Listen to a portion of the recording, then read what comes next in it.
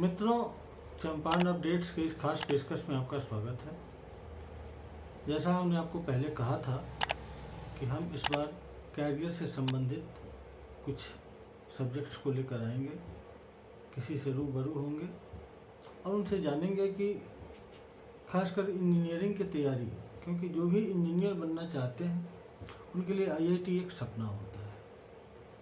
तो इसी परिवेश में रहने वाले, चंपारण के परिवेश में रहने वाले एक ऐसे छात्र हैं जिन्होंने कि पिछले साल आईआईटी क्रैक किया है और उनको हमने खास तौर पे बुलाया है कि जो हमारे परिवेश के बच्चे हैं, आसपास के बच्चे हैं, उनके गार्जियन के मन में कई तरह के सवालात होते हैं। खुद वो भी काफ़ी सोचते हैं कि हम क्या करें, हमारी अंग्रेजी अच्छी नहीं है, हमारा मैथ अच्छा नहीं है, फिजिक्स केमिस्ट्री को लेकर भी कई तरह की शंकाएँ चलती रहती हैं। तो इस संबंध में हम उनसे बात करेंगे। हमारे साथ बैठे हैं नीलोत्पल, ये फिलहाल आईआईटी में कंप्यूटर साइंस कर रहे हैं, पहले साल के छात्र हैं।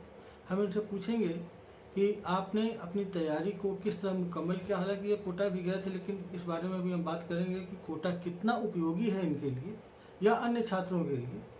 इन तमाम चीज़ों पे हम बातचीत इनसे करेंगे। नीलोत्पल, आप ये बताइए कि आप इसी परिवेश के रहने वाले हैं, चंपारण के ही रहने वाले हैं, यहाँ की पूरी शिक्षा व्यवस्था आपको पता है कि यहाँ क्या है, कैसे चलती है।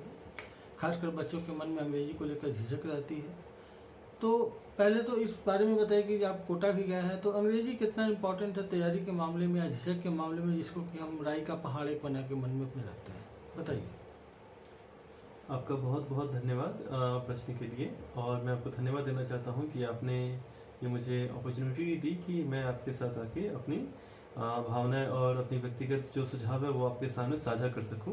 आपका जो प्रश्न है कि क्या अंग्रेजी ज़रूरत है आईआईटी के लिए, तो जिसका जवाब है हाँ भी और ना भी। अगर आप एक हिंदी विद्यार्थी हैं, अगर आप बचपन से ही हिंदी विद्यालय में पढ़े हैं, तो आपको उतनी ज़रूरी नहीं है, क्योंकि आप चाहे तो हिंदी माध्यम में भी परीक्षा दे सकते हैं और जो बहुत सारी कोचिंग इंस्टीट्यूट है वो हिंदी में भी पढ़ाती है। अगर आपके लिए पर एक करियर पॉइंट ऑफ व्यू से काफ़ी इम्पोर्टेंट है कि आपको अंग्रेजी भी आए, तो मेरा मानना है कि आपको एक बेसिक अंग्रेजी आना ज़रूरी है। लेकिन आईआईटी क्वालिफाई करने के लिए यदि आपको अच्छी हिंदी भी आती है, अगर आपने तैयारी हिंदी में भी की है, तो भी आप आराम से निकाल सकते हैं। बस आपको तैयारी और ज्ञान अच्छी चाहिए, जो 3 विषय हैं। दरअसल हम आपको यहाँ थोड़ी देर के लिए रोकेंगे। मैं ये कहना चाहता हूँ नीलोत्पल कि अंग्रेजी अपनी जगह पर है, जानकारी अपनी जगह पर है। जो मन में एक भावना बैठी रहती है कि नहीं अंग्रेजी ही सब कुछ है, खास करके जो लड़के बाहर जाते हैं या कोटा जाते हैं, कहीं और जाते हैं, तो वहाँ क्लासेज क्या अंग्रेजी में टीचर पढ़ाते हैं, हिंदी में पढ़ाते हैं, या हिंदी इंग्लिश दोनों मिक्स होता है। उस समय आपको कोई परेशानी हुई थी या नहीं हुई थी, इस संबंध में जरा हमें आप बताएं। जी, दरअसल जहाँ पे मैं पढ़ता था वहाँ पे अंग्रेजी की और इंग्लिश की अलग अलग क्लासेस चलती थी। अगर जिसको भाषा की कोई दिक्कत है वो वहाँ जाके बात कर सकता था। जैसे कि यदि आप हिंदी का क्लास अलग और अंग्रेजी का अलग। जी, जो हिंदी वाली क्लास थी उसमें अंग्रेजी शब्दों का भी प्रयोग किया जाता था, वो सीबीएसई की बेस पे होती थी। और जिनकी भाषा अलग है, जो हिंदी नहीं समझ सकते, उनके लिए बस इंग्लिश में क्लास होती थी। तो ये बात है। अच्छा, दूसरी बात आप हमें ये बताएं नीलोत्पल कि कोटा जाना, कोटा में तैयारी करना, खासकर जो वहाँ इंस्टीट्यूट है, एलन है या रेजोनेंस है या आकाश है, और भी कई सारे छोटे मोटे होंगे या ठीक ठाक होंगे जिनको हमने, लेकिन सबसे ज़्यादा जो प्रचलित है वो यही 2-3 हैं। तो आपने कहाँ पे पढ़ा, कहाँ पे कोचिंग ली, कितने साल कोचिंग में आपका समय लगा, और उससे आपको किस तरह का फ़ायदा मिला आईआईटी के एग्ज़ाम, जो मेंस एग्ज़ाम होता है, उसको देने में।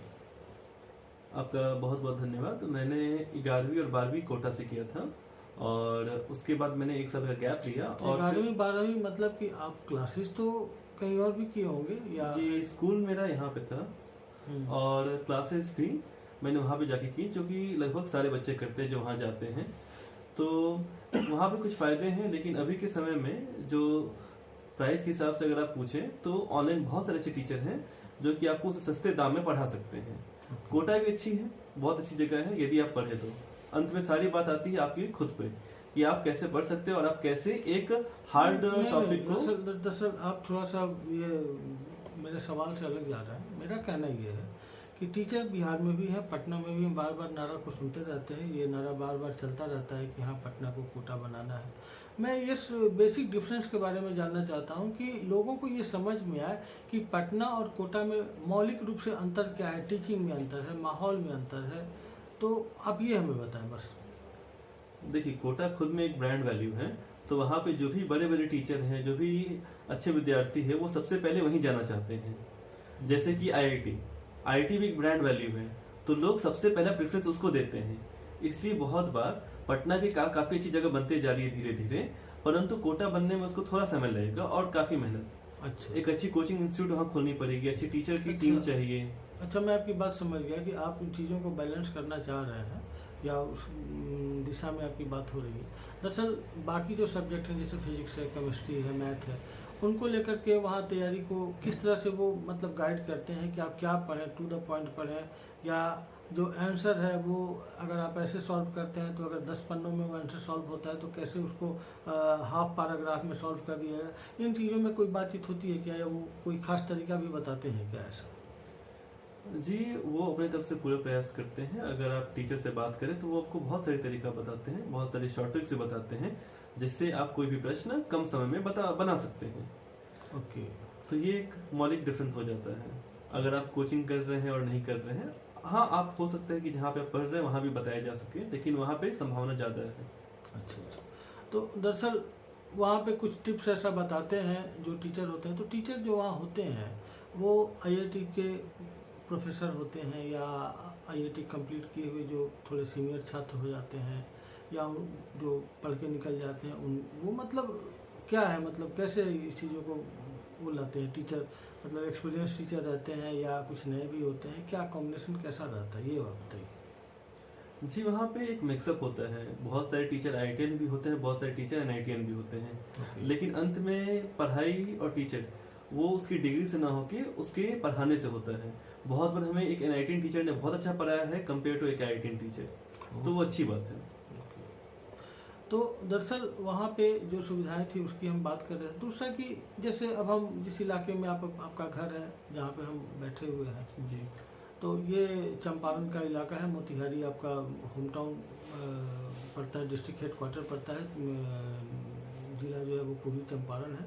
वहाँ चकिया के पास में मधुबन है, वहाँ के आप रहने वाले हैं, तो हम वहीं पे बात कर रहे हैं। दरअसल यहाँ जो स्कूल के बच्चे पढ़ते हैं, जो कॉलेज में जाते हैं, यहाँ जो पढ़ाई का माहौल है, जो टीचर हैं, तो इसमें भी कई सारे ऐसे बच्चे हैं जो गुदली के लाल होते हैं कि अच्छे एग्जाम्स को कंप्लीट कर रहे हैं, यूपीएससी कंप्लीट कर रहे हैं। तो मैं ये जानना चाहता था कि ये यहाँ का जो माहौल है, यहाँ का जो एजुकेशन सिस्टम है, वो हिंदी में तो मैथ साइंस वो तमाम चीज़ें समझ जाते हैं, लेकिन बाहर जाने के बाद जब आप आईआईटी में जब आप इंटर कर गए, आप कंप्यूटर साइंस में पढ़ रहे हैं, तो वहाँ पे क्या आप देखते हैं कि सारे बच्चे फ्लुएंट इंग्लिश में बात करते हैं या हिंदी भी है या दोनों मिला के बात करते हैं? बिहार के बच्चे आप जहाँ भी पढ़ते हैं वो बिहार आपके क्लास में बिहार के बच्चों का क्या कॉम्बिनेशन है या अदर स्टेट के बच्चों का क्या कॉम्बिनेशन है, जरा इस संबंध में हमें विस्तार से बताइए। जी, धन्यवाद। जहाँ पे मैं पढ़ता हूँ वहाँ पे बिहार के बच्चों की संख्या लगभग 20 से 25% है, और आमतौर पे हम हिंदी में ही बात करते हैं आपस में। लेकिन हमारी जो अंग्रेजी की तरफ भी होती है, क्योंकि बड़े बड़े कंपनी में या फिर बाहर जाके काम करने के लिए एक बहुत ही आवश्यक भाषा है जिसका आप प्रयोग करना चाहते हैं, और जो आपकी सिलेबस होती है वो इंग्लिश में ही होती है, पर आपकी एग्ज़ाम आप हिंदी में भी दे सकते हैं यदि आप चाहें तो।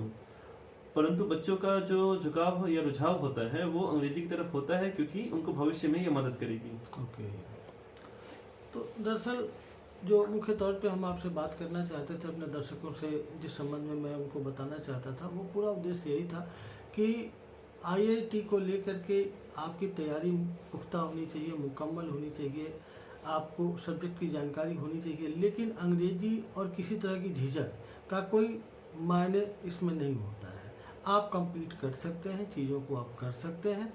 तो इस संबंध में अभी इस बात को हम यहीं विराम देते हैं। बाकी फिर अगले एपिसोड में हम लोग चर्चा करेंगे एक नए शख्सियत के साथ, एक नई उम्मीद के साथ, एक नई समस्या के साथ, कि हम आपको लगातार गाइड करते रहें। मित्रों, बहुत बहुत धन्यवाद।